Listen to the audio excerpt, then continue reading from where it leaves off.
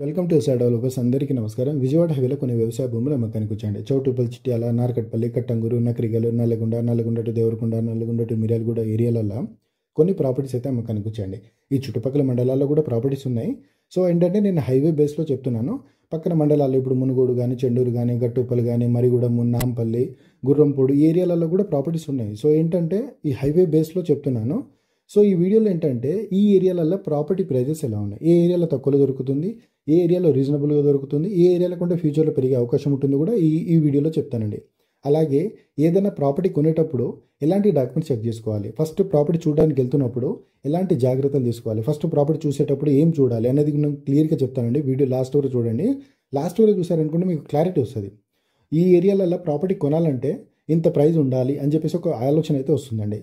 And ప్రతిదీ చెప్తున్నానండి, ప్రతి వీడియోలో నేను చెప్తాను. ఏదైనా ప్రాపర్టీ కొనేటప్పుడు ఫస్ట్ విజిట్ చేయాలండి, ప్రాపర్టీ చూడాలి. చాలామంది ఏంటంటే వీడియోస్ పెట్టండి, లొకేషన్స్ పెట్టండి, వీడియోస్ పెట్టి వీడియోస్ బాగుందంటేనే మేము చూడడానికి వస్తామని చెప్పేసి అంటారు. ఏ మీడియేటర్ అయినా కానీ ఆ ప్రాపర్టీ మొత్తంలో ఏది బెస్ట్ పార్టో అంటే ఏ ఏరియాలో బెస్ట్గా కనిపిస్తుందో అది మాత్రమే షూట్ చేసి మీకు పంపిస్తారండి. మీరు అక్కడికి వెళ్ళిన తర్వాత పక్కన శ్మశానం అటుక ఉండొచ్చు, ఆ పక్కన గుంతలు ఉండొచ్చు, ఆ పక్కన ఏంటంటే ఆ చెరువు ఉండొచ్చు, ఏదైనా ఉండొచ్చు కదా. సో మీరు ఒక్కసారి విజిట్ చేయడానికి వచ్చినప్పుడు మీ టైం వేస్ట్ అవుతుందని చెప్పేసి చాలామంది అంటుంటారు. ఒక్కసారి మీ టైం వేస్ట్ కావచ్చు, నెక్స్ట్ టైం మాత్రం మీ టైం వేస్ట్ కాదండి.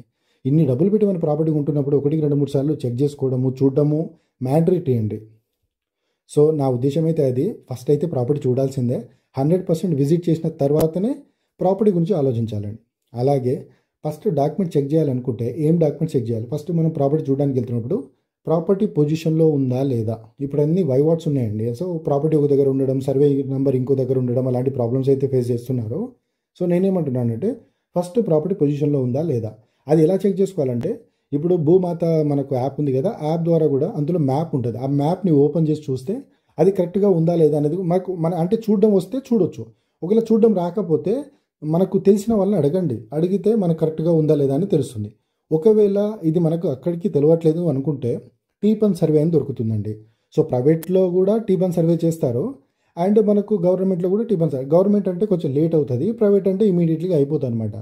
సో అది కూడా చెక్ చేసుకోవచ్చు. అండ్ ప్రాపర్టీ డాక్యుమెంట్స్ ఎలా చెక్ చేసుకోవాలంటే ఫస్ట్ 1954 నుంచి పహనీలు చెక్ చేసుకోవాలండి. కాస్తాలు, చేస్తాలు, పైసల పట్టిక ఇవన్నీ ఉంటాయండి. సో ఇవన్నీ ఎక్కడ దొరుకుతాయంటే మండల ఆఫీస్లో దొరుకుతాయి. ఒకవేళ మండల ఆఫీస్లో దొరకలేదు అనుకోండి, ఎస్ఆర్ ఆఫీస్కి వెళ్ళండి. ఎస్ఆర్ ఆఫీస్లో కూడా దొరకట్లేదంటే ఆర్డీఓ ఆఫీస్కి వెళ్ళాలి. ఆర్డీఓ ఆఫీస్లో కూడా దొరకకపోతే కలెక్టర్ ఆఫీస్కి వెళ్ళాలండి. సో ఇది లైన్. సో మనకు డాక్యుమెంట్స్ అన్నీ మ్యాక్సిమము ఎంఆర్ ఆఫీస్లో దొరుకుతాయి.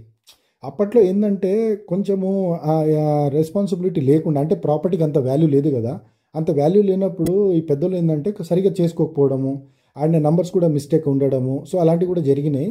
సో అవన్నీ రెటిఫికేషన్ చేసుకునేలాగా ఉంటే రెటిఫికేషన్ చేసుకుని ముందుకెళ్ళవచ్చు. ఒకవేళ రెటిఫికేషన్ చేసుకోలేము, ఈ ప్రాపర్టీ కరెక్ట్ కాదు అనుకుంటే మాత్రం దాన్ని పక్కన పెట్టి వేరే ప్రాపర్టీ చూడడం బెటర్. అది అండి. సో చాలామంది ఏంటంటే ప్రాపర్టీ తక్కువలో దొరుకుతుంది, ఇమీడియట్లీగా వాళ్ళకి బ్యాన్ ఇచ్చేద్దాము, ఇమీడియట్లీగా వాళ్ళకు అగ్రిమెంట్ చేసుకుందాం, ఇమీడియట్లీగా రిజిస్ట్రేషన్ చేసుకుందామని చేసుకుంటారు. బట్ రిజిస్ట్రేషన్ చేసుకున్న తర్వాత ఒకవేళ ఏ ప్రాబ్లం లేకపోతే వెళ్ళాను గుడ్ అండి. ఒకవేళ ఏదైనా ప్రాబ్లం వచ్చింది అనుకోండి, అది మనం తెగని పంచాయతీలు అవి. నేను చాలా జాగ్రత్తగా చెప్తున్నా, తెగని పంచాయతీలు అవి.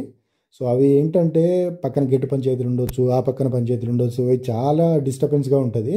అండ్ ఏదైనా చూసుకున్నప్పుడు మాత్రం ప్రాపర్టీ కొనే ముందే జాగ్రత్తగా ఆలోచించి 1-2-3 సార్లు విజిట్ చేసి ఆ చుట్టుపక్కల వాళ్ళని కనుక్కొని, ఆ పక్క ప్రాపర్టీ వాళ్ళని కనుక్కొని ఈ ప్రాపర్టీ మంచిదేనా, ఈ ప్రాపర్టీ పరంగా ఇలాంటి ప్రాబ్లమ్స్ ఉన్నాయా, అన్నదమ్ముల గొడవలు ఉన్నాయా, లేకపోతే అక్కచెల్లెల గొడవలు ఉన్నాయా, సో అవన్నీ క్లియర్గా చెక్ చేసుకున్న తర్వాతనే ప్రాపర్టీ దాకా వెళ్ళాలండి.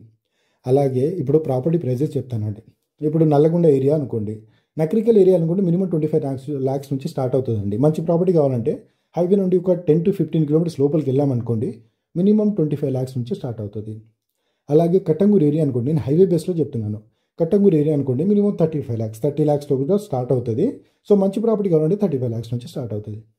ఒకవేళ నార్కట్పల్లి అనుకోండి 40 lakhs, 45 lakhs అలా స్టార్ట్ అవుతుంది అనమాట. అలాగే చిట్యాల ఏరియా అనుకోండి మినిమం 50 lakhs, 45 lakhsలో కూడా స్టార్ట్ అవుతుంది. సో మంచి ప్రాపర్టీ కావాలంటే మినిమం 45 lakhs to 50 lakhs అంత డబ్బులు పెడితే మంచి ప్రాపర్టీస్ దొరుకుతాయి. అలాగే చౌటుప్పల్ ఏరియా అనుకోండి, చౌటుప్పల్ హైవేకి అయితే చాలా రేట్లు ఉన్నాయి. హైవే నుంచి కొంచెం లోపలికి వెళ్ళామనుకోండి మినిమం 70 lakhs, 80 lakhs నుంచి ప్రాపర్టీస్ అయితే స్టార్ట్ అవుతాయండి. సో నేనేమంటున్నానంటే ఈ ఏరియాలలో మీరు ప్రాపర్టీ కొనాలనుకుంటే మంచి ప్రాపర్టీ కొనాలి, హైవేకి దగ్గరలో ఉండాలి అండ్ రోడ్డుకి దగ్గర ఉండాలి. మట్టి రోడ్డుకైనా కానీ నక్ష రోడ్ చూసుకోవాలండి. అండర్స్టాండింగ్ రోడ్స్ తీసుకోవద్దు. అండర్స్టాండింగ్ రోడ్స్ ఏంటంటే, సో ఇప్పుడు బాగానే ఉంటుంది, మనం కొన్న తర్వాత, మనం కొనే ముందు కూడా బాగానే ఉంటుంది, కొన్న తర్వాత స్టార్ట్ అవుతుంది ప్రాబ్లం. సో అండర్స్టాండింగ్ రోడ్లో ప్రాపర్టీస్ కొనడానికి ముందుకు రాకండి.